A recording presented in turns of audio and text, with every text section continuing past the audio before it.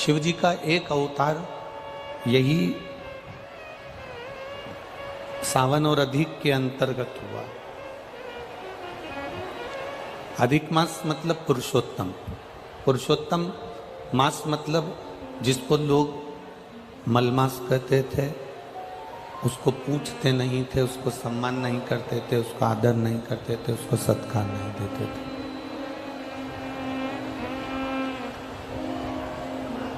आपको पहले भी शिव महापुराण की कथा के अंतर्गत वर्णन किया गया है कि भगवान शिव के कई रूप, भगवान शंकर के कई स्वरूप संपूर्ण विश्व के कल्याण के लिए प्रकट हुए।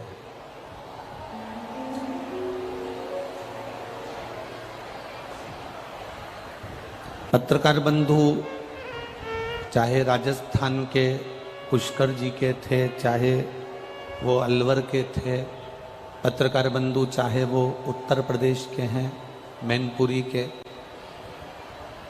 इनका एक प्रश्न यह अधिक मास और सावन के चलते हुए इनके भीतर एक प्रश्न रहा है कि आखिर दो सावन का, सावन में अधिक मास का इतना महत्व क्यों है? अधिक मास तो हर बार आता है, 3 साल में आएगा, कभी कार्तिक महीने में आ जाता है, कभी अश्विन में आ जाता है, कभी आषाढ़ में आ जाता है, कभी जो उसके अनुकूल तिथियों से जो घट बढ़कर जो आता है, विद्वत ब्राह्मण जन के हिसाब से, तिथियों को कालचक्र के हिसाब से, समय घड़ी के हिसाब से, जो नक्षत्रों के हिसाब से बढ़ चढ़कर आता है, वो एक प्रसंग के अनुसार जब भी आया अधिक मास। पर सावन के महीने में अधिक मास की महत्वता क्यों बढ़ जाती है? क्योंकि इसमें शंकर भगवान का एक अवतार हुआ है।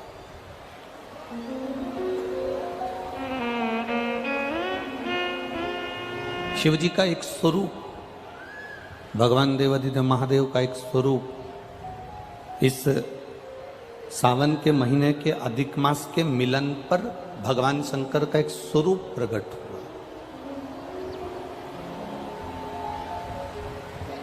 भगवान शंकर का एक स्वरूप जनमानस के कल्याण के लिए प्रकट हुआ। और केवल शिव महापुराण की कथा कहती है कि केवल वो संपूर्ण जनमानस के कल्याण से ही मतलब नहीं है, संपूर्ण देवताओं का भी, विश्व का भी, संसार का भी, जलचर, थलचर, वायुचर, जितने संसार के जीव हैं, इन सबके कल्याण के लिए।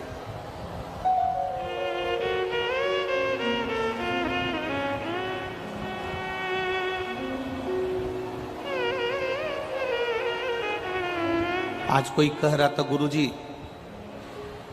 हमारा बड़ा मन होता है कि हम केदारनाथ जी दर्शन के लिए जाएं।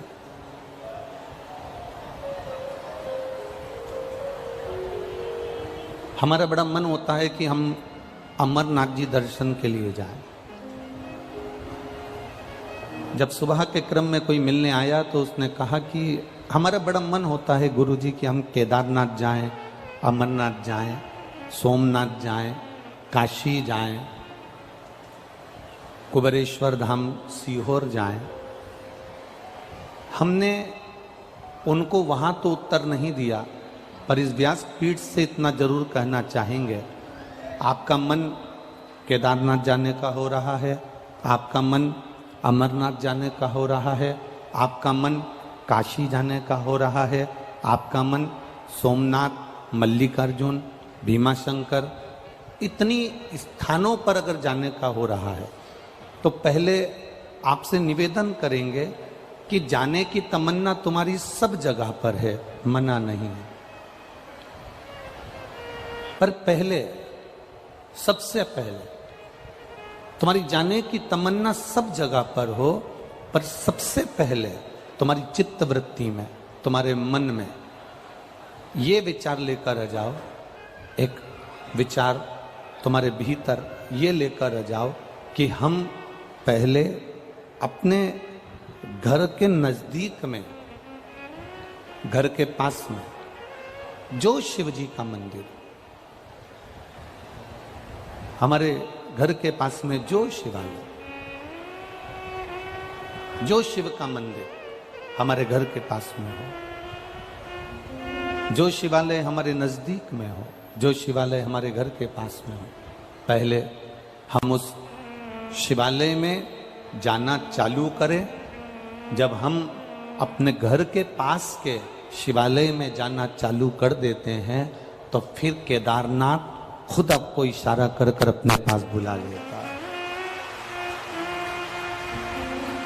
आप जितने भी भक्त यहाँ पर शिव महापुराण की कथा सुनने के लिए आए हैं, जितने भी भक्त यहाँ पहुँचे हैं, जितने भी शिव भक्त टीवी के सामने आस्था चैनल पर कथा सुन रहे हैं, जितने भी भक्त मोबाइल पर कथा सुन रहे हैं, और जितने भी भक्त इस वनकंडेश्वर बाबा की यह पावन धरा मैनपुरी के अंदर, आप लोग जितने भी भक्त यहाँ दूर दूर से कथा सुनने के लिए आए हो, तो ये पक्का है, जितने यहाँ बैठे हो ना, आप जरूर अपने घर के पास में शंकर जी के मंदिर में एक लोटा जल चढ़ाते होगे तो शिव पुराण ने आपको खींच कर यहाँ बुलाया।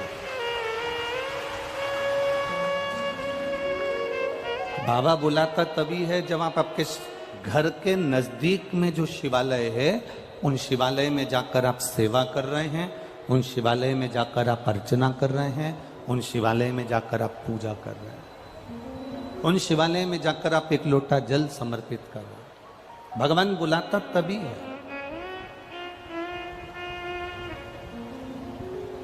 अच्छा, एक विचार करिए, आप जिस कॉलोनी में रहते हो, जिस मोहल्ले में रहते हो, जिस कॉलोनी में, मोहल्ले में, जिस वार्ड में रहते हो, जिस क्षेत्र में रहते हो, और उस क्षेत्र में अगर तुम रह रहे हो और तुम्हारे 4 घर छोड़कर किसी की शादी है और तुम उसे नहीं पहचानते, वो तुम्हें नहीं पहचानता, तो तुम्हें शादी में बुलाएगा क्या? जम के तो बोलो जरा, नहीं बुलाएगा ना। शादी में कब बुलाएगा वो? जब तुम्हारा उसके घर में आना जाना होगा, उससे पहचान होगी, उससे मिलना जुलना होगा। राम राम, सीताराम, जय श्री कृष्णा, श्री शिवाय नमस्तुभ्यम, हर हर महादेव, बोलबम का नारा, बाबा एक सहारा। जब तुम एक दूसरे से मिलोगे तब तो वो अपने घर की शादी में आपको बुलाएगा। अब केदारनाथ क्या है? शंकर जी का घर। अमरनाथ क्या है? शिव जी का घर। कैलाश मानसरोवर क्या है? शिव जी का घर। महाकाल क्या है? शंकर जी का घर। काशी क्या है? शिव जी का घर। सोमनाथ क्या है? शिव जी का घर। भोलेनाथ तुम्हें अपने घर में बुलाएगा जरूर, पर पहले उससे जल चढ़ाकर पहचान तो बना लो। अपने नजदीक के शिवालय में जाकर एक लोटा जल तो चढ़ा लो। जब हम अपने घर के नजदीक के शिवालय में जाते हैं, अपने घर के नजदीक के शिवालय में पहुंचते हैं, एक लोटा जल जब हम समर्पित करते हैं, तब जाकर मेरा महादेव भी अपने घर में तुमको बुलाकर तुम्हारा कल्याण कर देता है। ये हमारे ऊपर है। अब तुम अंदाजा लगा कर बैठे हो कि मैं कथा में जाऊंगी, मैं कथा में जाऊंगी, मुझे कथा में जाना है, मुझे शिव पुराण में जाना है। तुम ऐसे शिव पुराण में जा ही नहीं पाओगे। तुम शंकर जी के मंदिर में जाकर एक लोटा जल चढ़ाना प्रारंभ कर दो। तुम शिव जी के मंदिर में जाकर एक लोटा जल समर्पित करना प्रारंभ कर दो। जिस दिन तुम जल समर्पित करना प्रारंभ कर दोगे, उस दिन बाबा से तुम्हारी पहचान हो जाएगी, तुम बाबा के और बाबा तुम्हारे हो जाएंगे। फिर तुम्हारे को हाथ पकड़कर कुबेरेश्वर धाम तक लेकर आ जाएंगे, शिव महापुराण तक लेकर आ जाएंगे। ये लाखों की संख्या में, लाखों की संख्या में। आज प्रशासन भी कह रही थी, पुलिस प्रशासन से अधिकारी होन कह रहे थे कि गुरुजी इतनी भीड़ और इतना पानी गिरने के बाद तो लोग 5 मिनट नहीं ठहरते, और गजब पन्नी तोक के, पन्नी लगा लगा के, छाता पकड़ पकड़ कर और आराम से खड़े हैं और बोल बम का नारा है, बाबा एक सहारा है। ये इनकी अविरल भक्ति है महाराज। ये समझ में नहीं आ रहा कि मैनपुरी को हो क्या गया, हुआ क्या है मैनपुरी को। अब कल की बात बोलो तो बोल दो, कहा है अध्यक्ष जी, बोल दे का है, पक्का चौहान जी बोल दे। मैं कल की बात, कल एक भैया ने एक पत्र लिखकर भेजा, वो पत्र कक्ष में है, आप चाहेंगे तो हम आपको दे देंगे। वो भैया ने पत्र में लिखा कि पूरे मैनपुरी वालों को देखकर मुझे 2 दिन से मेरा बीपी ऊंचा नीचा हो रहा है। तो उस पत्र में नीचे फिर लाइन लिखी थी, उस बीपी के ऊंचा नीचा होने का केवल इतना सा कारण है कि ये मैनपुरी के लोग कभी अपनी दुकान नहीं छोड़े, कभी अपना काम नहीं छोड़े, कभी अपने कार्य, परिवार में शादी हो तो दूसरे को भेज दे पर ये नहीं जाए। पर पहली ऐसी कथा है जिसमें मैनपुरी पूरा की पूरा उलट कर कथा में मिल रहा है। जो दिन में नहीं आते वो रात को पहुंच जाते हैं, जो रात को नहीं आते वो सुबह पहुंच जाते हैं। भैया ये बड़ी विचित्र विडंबना।